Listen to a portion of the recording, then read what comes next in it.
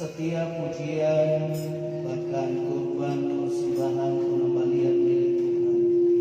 Kami tahu bahwa semuanya tak lepas dari pandangan Tuhan, dan apa yang kami lakukan dengan sepenuh hati kami tahu itu berkenan kepada Tuhan. Saatnya bagi kami Tuhan untuk mendengarkan firman. Berbicaralah Engkau bagi kami semua.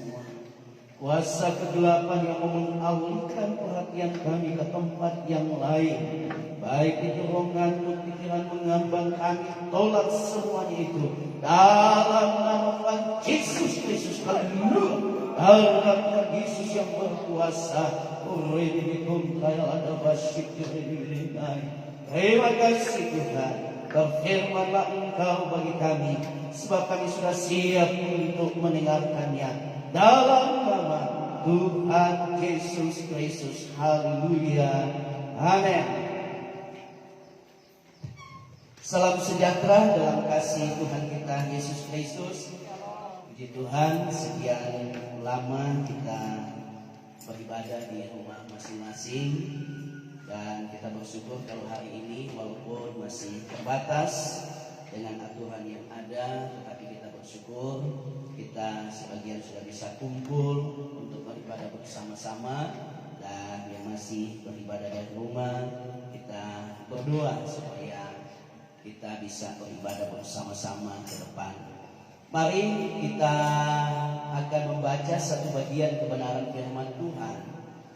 Injil Yohanes pasal yang ke-14 ayat yang ke-6. Injil Yohanes pasal yang ke-14 ayat yang ke-6. Kalau sudah dapat, saya jemput baik yang ada dalam ruangan ini maupun di rumah masing-masing untuk kita membacakan firman Tuhan ini secara bersama-sama. Dalam hitungan yang ketiga sebentar kita membacakannya. Yohanes 14 ayat yang ke-6, 2, 3. Kata Yesus kepadanya, Akulah jalan dan kebenaran dan hidup. Tidak ada seorang pun yang datang kepada Bapa kalau tidak melalui aku. Puji Tuhan, Tuhan memberkati kita sekalian. Tema kita hari ini, iman yang menyelamatkan. Kalau kita berbicara tentang iman, itu mencakup hal yang cukup luas, di mana ada pertumbuhan iman, ada cara iman bekerja, bukti iman, manfaat iman, dan iman yang menyelamatkan, serta ada begitu banyak lagi. Tetapi hari ini kita akan fokus dalam satu topik, yaitu iman yang menyelamatkan. Nah, kalau sudah berbicara iman yang menyelamatkan, tentu ada iman yang tidak menyelamatkan. Jadi seperti itu. Nah, iman yang menyelamatkan itu adalah iman yang bagaimana? Kalau kita melihat akan kebenaran firman Tuhan, bahwa memang di dunia ini ada macam-macam iman. Dari kitab Kejadian kita sudah bisa lihat, ada yang beriman kepada patung-patung, dewa-dewa, dan sampai hari ini masih begitu banyak kepercayaan bukan kepada yang sesungguhnya yang bisa membawa kita kepada keselamatan. Iman yang bergantung kepada Allah adalah iman yang dapat menyelamatkan kita. Sebab di dunia ini ada iman yang bergantung kepada iblis atau kuasa kegelapan. Kalau kita melihat dalam Keluaran pasal yang ke-23 ayat yang ke-24 dan seterusnya, bagaimana membahas iman-iman yang tergantung kepada kuasa kegelapan. Alkitab katakan, janganlah engkau sujud menyembah kepada Allah mereka atau beribadah kepadanya, dan janganlah engkau meniru perbuatan mereka, tetapi haruslah engkau memusnahkan sama sekali patung-patung berhala buatan mereka, dan tubuh-tubuh berhala mereka haruslah kau remukan sama sekali. Haleluya. Nah, iman ini dipengaruhi oleh kepercayaan yang meyakini tentang kekuatan secara ajaib yang tentunya berpusat kepada Lucifer atau setan. Nah, kalau kita melihat apa yang dicatat dalam kebenaran firman Tuhan dalam Kisah pasal yang ke-13, mulai ayat yang ke-6 sampai dengan ayat yang ke-13, Kisah pasal yang ke-19 ayat 13 sampai ayat yang ke-20, bagaimana menjelaskan kepada kita bahwa memang ada iman yang tidak akan membawa kepada keselamatan, tapi ada iman yang akan menuntun kita kepada keselamatan. Ada iman yang bergantung kepada akal-akal manusia, baik kepada tahyul-tahyul, baik kepada dongeng-dongeng nenek moyang dan sebagainya. Tetapi saudara, iman yang menyelamatkan itu seperti apa? Mari kita akan lihat dulu iman itu seperti apa. Kalau kita lihat dalam Ibrani pasal yang ke-11 ayat yang pertama, di sana dikatakan bahwa iman adalah dasar dari segala sesuatu yang kita harapkan dan bukti dari segala sesuatu yang tidak kita lihat. Saya sudah pernah jelaskan ini bahwa iman itu bukan pengharapan dan iman itu bukan penglihatan. Sebab karena iman kita memiliki pengharapan di dalam Kristus. Jadi iman dan pengharapan itu beda. Orang berharap karena dia punya iman. Jadi kalau kita lihat bahwa iman itu berkaitan dengan waktu sekarang, sedang pengharapan itu berkaitan dengan waktu yang akan datang. Apa yang kita harapkan dengan masa depan kita, apa yang kita inginkan untuk anak-anak kita ke depan, itulah harapan-harapan kita. Tapi iman itu bekerja sekarang untuk kita mencapai pengharapan itu. Nah, oleh karenanya, mari kita bedakan iman dan pengharapan. Kemudian, iman itu bukan penglihatan. Iman itu sesuatu yang tidak kita lihat, tapi kita percayai bahwa itu akan terjadi dalam kehidupan kita. Sama seperti sekarang ini, kita tidak lihat Tuhan, tapi kita percaya Tuhan itu ada. Amin. Itulah iman. Nah, oleh karenanya, saudara, mari, kalau kita berkata bahwa kita orang yang memiliki iman, maka kita seharusnya adalah orang-orang yang tidak terpengaruh dengan penglihatan kita. Ada begitu banyak orang yang terpengaruh, yang dulunya semangat setia beribadah kepada Tuhan, tetapi dengan apa yang dia lihat, kenyataan-kenyataan yang diperhadapkan bagi dia, yang dia lihat dengan mata sendiri, membuat dia lemah, membuat dia kecewa, dan pada akhirnya tinggalkan Tuhan.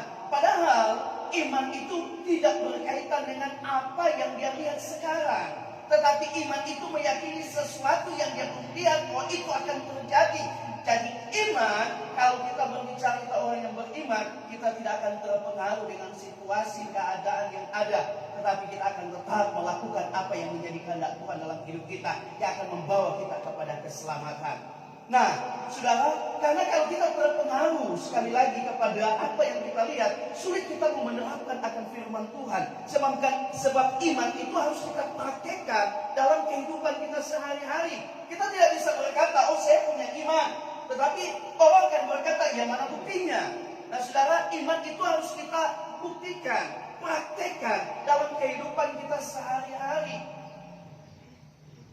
Jadi kalau saudara yang kasih dalam Tuhan, kehidupan kita bisa terpengaruh dengan segala sesuatu yang ada, maka kita perlu pertanyakan iman kita.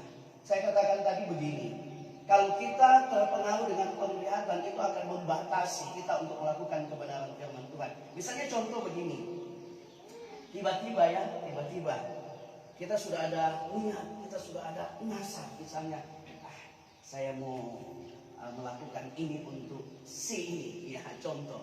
Tiba-tiba tanpa saudara tidak pernah kita pikirkan, dia mengeluarkan kata yang menyinggung kita, ya.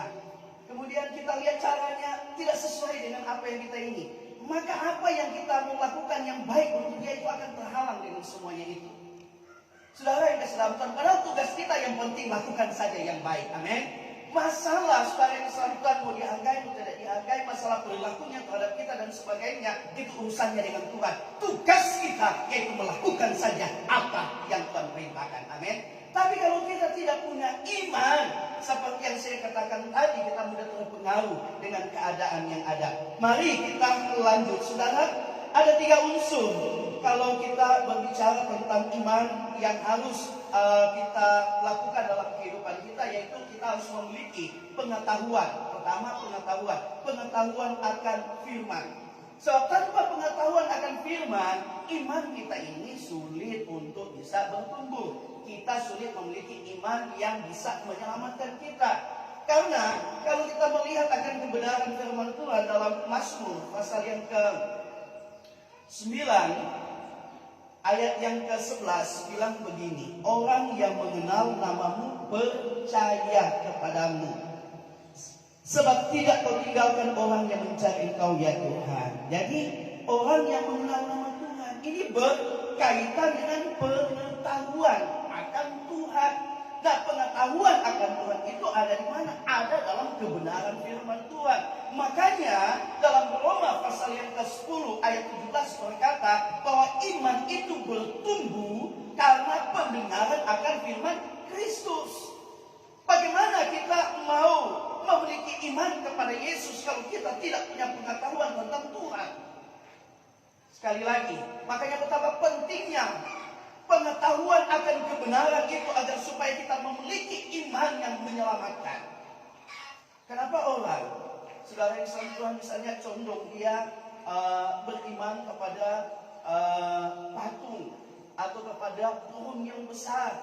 Karena dia punya pengetahuan ke situ. Dari mungkin nenek moyang menceritakan tentang ini, begini. Dan itu terkonsep, dia punya pengetahuan tentang hal itu. Sehingga kecenderungan, keyakinannya ada ke sana. Nah, kalau kita sering membaca, mendengar akan kebenaran firman Tuhan, maka kita punya pengetahuan tentang Tuhan. Maka iman kita akan bertumbuh ke sana. Iman kita akan membawa kita kepada keselamatan. Dalam Roma pasal yang ke-10 ayat 17 yang saya katakan tadi, kalau kita lihat ini sudah ayat hafalan kita, tetapi mari kita perhatikan baik-baik. Jadi iman timbul dari pendengaran dan pendengaran oleh firman Kristus. Jadi sekali lagi kita jangan abaikan tentang pengetahuan kebenaran firman Tuhan. Alkitab katakan umatku binasa karena tidak mengenalkan. Jadi pengetahuan kebenaran itu penting. Kenapa harus saya katakan penting? Karena kalau kita tidak punya pengetahuan tentang kebenaran, kita bisa tersesat. Dan Alkitab sudah katakan di akhir zaman ini akan ada penyesatan. Makanya betapa pentingnya kita memiliki pengetahuan tentang kebenaran. Kemudian, saudara yang Tuhan, setelah kita tahu tentang siapa yang kita percaya, kita sudah mengenal yang kita percayai, baru saudara yang Tuhan kita mau setuju, kita mau mengikuti dia, kita mau melakukan apa yang menjadi kehendaknya dalam kehidupan kita. Setelah itu saudara yang kasih dalam Tuhan, maka kita akan menunjukkan kehidupan kita sebagai orang yang percaya kepada Tuhan di tengah-tengah masyarakat yang ada di muka bumi ini. Karena saya katakan tadi, tidak bisa kita berkata kita punya iman, tetapi kita tidak nampakkan. Bilang punya iman, tetapi kekhawatiran menguasai dari hari ke hari.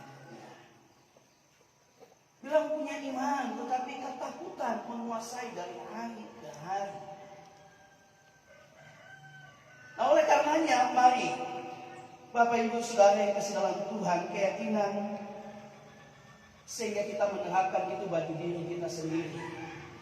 Itulah iman yang benar, itulah iman yang menyelamatkan. Iman yang menyelamatkan, Kisah pasal yang keempat ayat yang ke-12 kita akan melihat bahwa inilah sebenarnya iman yang menyelamatkan. Dan keselamatan tidak ada di dalam siapapun juga selain di dalam Dia.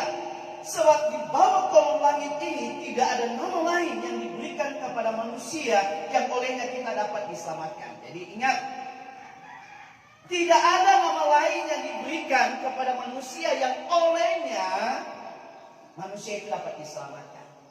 Berarti kalau kita mau selamat, kita harus beriman kepada siapa? Kepada Dia yang dijelaskan oleh Rasul Petrus dalam pembacaan kita barusan.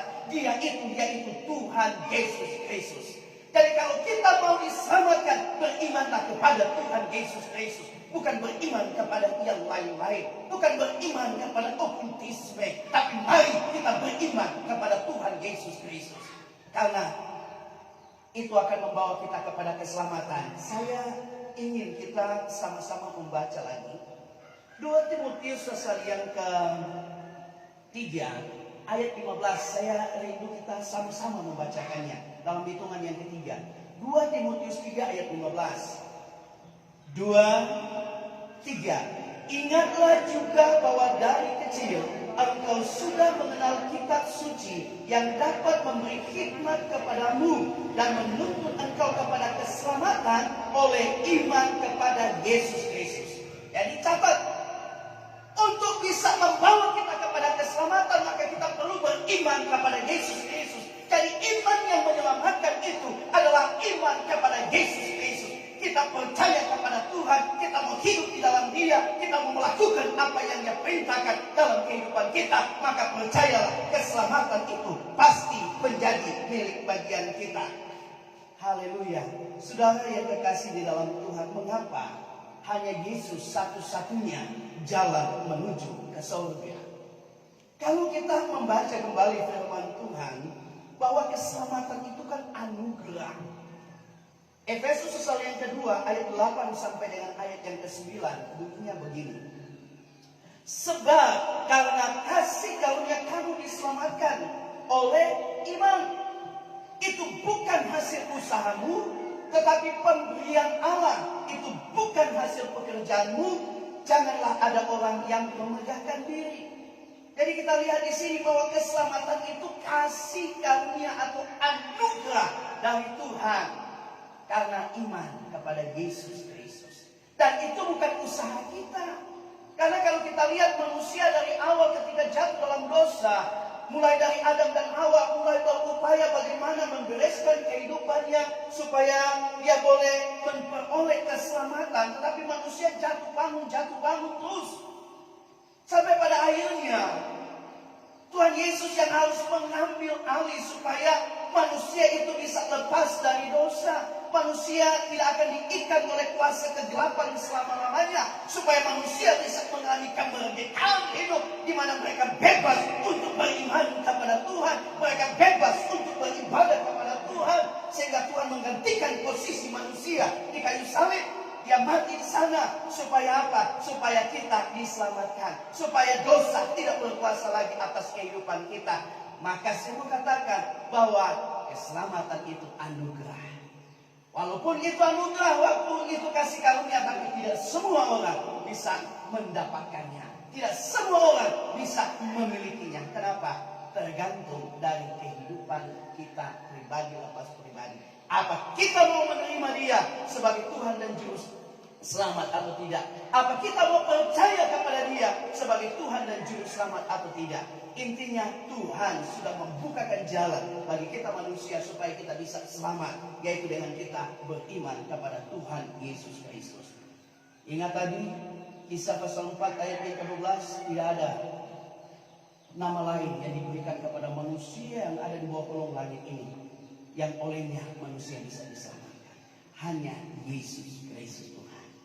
Oleh karenanya kalau kita sudah percaya kepada Tuhan, maka jangan sampai kepercayaan keyakinan kita itu saudara bergeser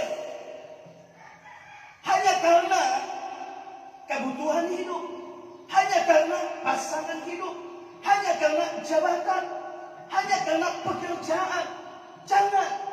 Sebab tujuan kita hidup di muka bumi ini bukan sekedar kita memenuhi kebutuhan kita makan minum. Karena apa? Karena hidup di dunia ini hanya sementara. Tujuan akhir kita supaya keselamatan jiwa kita ini bisa terjadi, yaitu kita masuk dalam kerajaan surga. Itulah tujuan kita.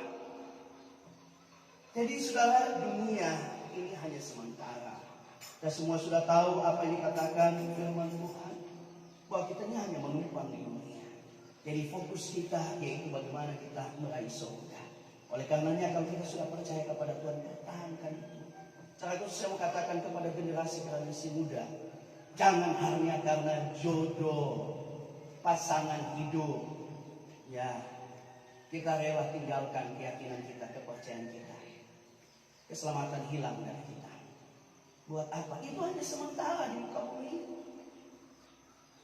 Tetapi kalau kita pertahankan pula iman kita, percayalah Tuhan beri yang terbaik bagi kita. Amin. Mari anak muda katakan amin. Amin. Ya, percayalah. Tidak hanya karena dia yang seperti Marilyn Monroe bukan, Elvis Presley kan. Jangan hanya karena seperti itu.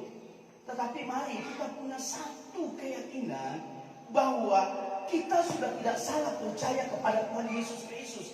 Karena ketika kita percaya kepada Tuhan Yesus Kristus, maka kita punya jalan untuk masuk surga. Asalkan jangan cuma percaya seperti, karena saya katakan begini, iblis juga percaya Yesus itu Tuhan loh. Iblis percaya. Tetapi iblis tidak, saudara yang sama Tuhan, mau melakukan apa yang diperintahkan Tuhan. Iblis tidak mau tunduk kepada Tuhan, mau melakukan apa yang Tuhan perintahkan. Tetapi dia suka berontak, dia suka melawan. Nah, kita pun yang percaya kepada Tuhan, jangan seperti itu. Kita bukan percaya sama seperti iblis yang hanya tahu Yesus itu Tuhan. Tetapi bagaimana kita mau menunjukkan bahwa kita ini betul-betul adalah orang yang percaya kepada Tuhan, bahwa kita mau lakukan apa yang Tuhan perintahkan dalam hidup kita melalui kebenarannya. Yesaya 53 ayat yang kelima. Tetapi ia tertikam oleh karena pemberontakan kita, ia diributkan oleh karena kejahatan kita. Ganjaran yang mendatangkan keselamatan bagi kita ditimpahkan kepadanya, dan oleh bilu-bilunya kita menjadi sembuh. Jadi kita lihat bahwa memang pengorbanan Kristus di kayu salib itu tujuannya apa? Tujuannya untuk keselamatan kita. Oleh karena barang siapa yang percaya kepadanya, dia akan diselamatkan. Tetapi sekali lagi saya mau katakan bahwa bukan cuma sekedar percaya bahwa Yesus adalah Tuhan, tidak. Kembali saya mau tegaskan bahwa kita percaya dan melakukan apa yang Tuhan perintahkan dalam kehidupan kita. Iman itu ibarat kunci yang akan membuka pintu surga.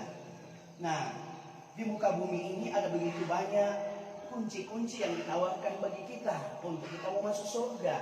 Tetapi kunci yang benar itu hanyalah iman kepada Yesus Kristus. Amin. Tidak ada kunci lain yang bisa membuka pintu surga untuk kita bisa masuk pada keselamatan yang kekal, pada kehidupan yang kekal. Hanya kunci iman kepada Tuhan Yesus Kristus. Iman yang menyelamatkan adalah iman yang mengenal dan mengenalkan Yesus sebagai Tuhan dan Juru Selamat dalam menjalani kehidupan di muka bumi. Kesimpulannya, kalau kita sudah percaya Tuhan Yesus Kristus sebagai Tuhan dan Juru Selamat kita, maka pegang itu. Jangan sampai terpengaruh dengan kepercayaan yang lain. Sebab hanya satu yang menyelamatkan, yaitu iman kepada Tuhan Yesus Kristus. Tuhan memberkati kita sekalian, dan mari kita akan mengangkat satu pujian. Kita akan bersyukur atas kebenaran firman Tuhan. Mari pemain musik, pujian simas, kita angkat satu pujian.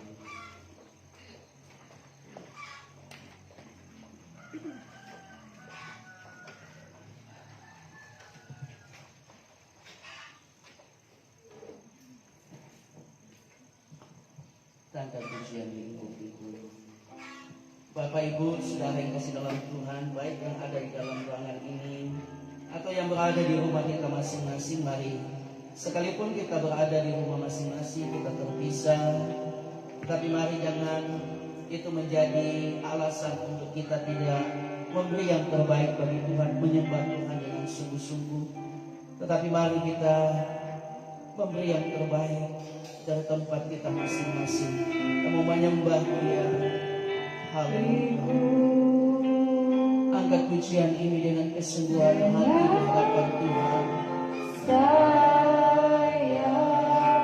Katakan naungiku.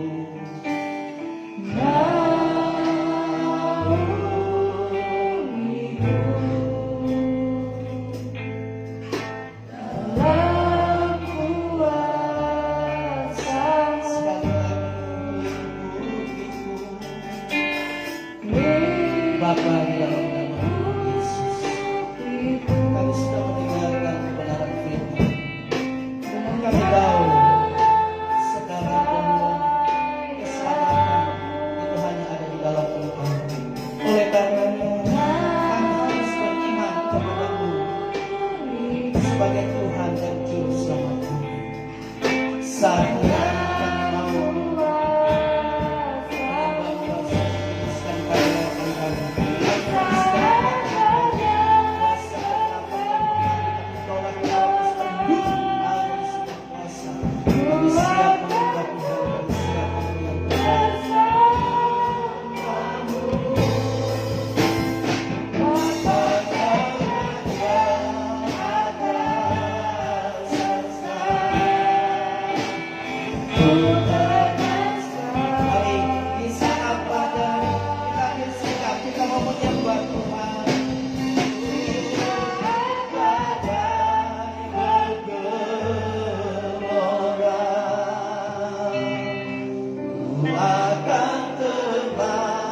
bersamamu,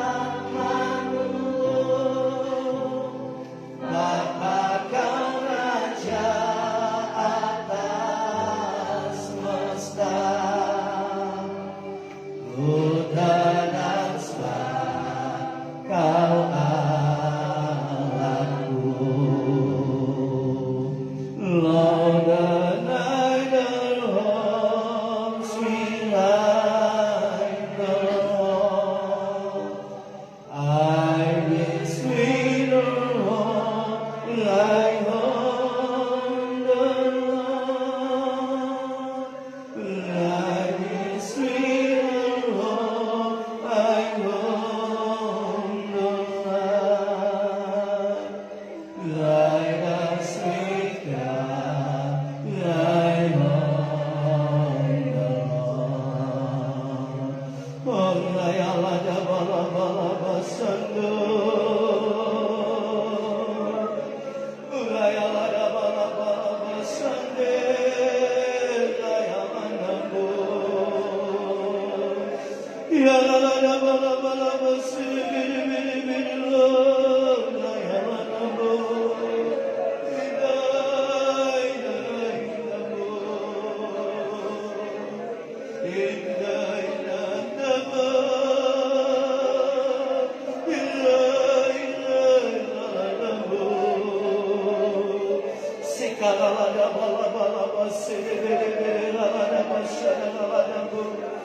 Sembah Dia, sembah Dia.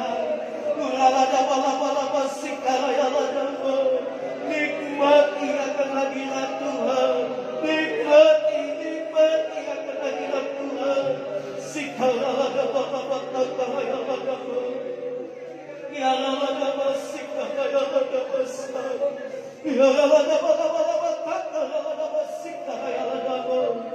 Dia adalah Tuhan dan Juru Selamat kita.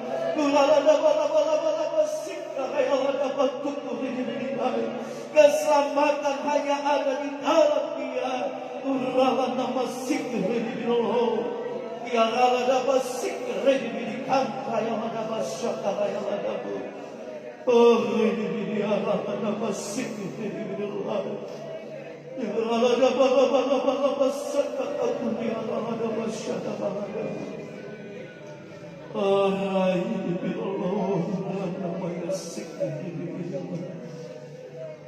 Oh Allah dapat tutur di sikre di luar. Kita masih dalam hadirat Tuhan. Mari bangun hubungan dengan Tuhan. Siapa bala bala bala bala bala bala bala bala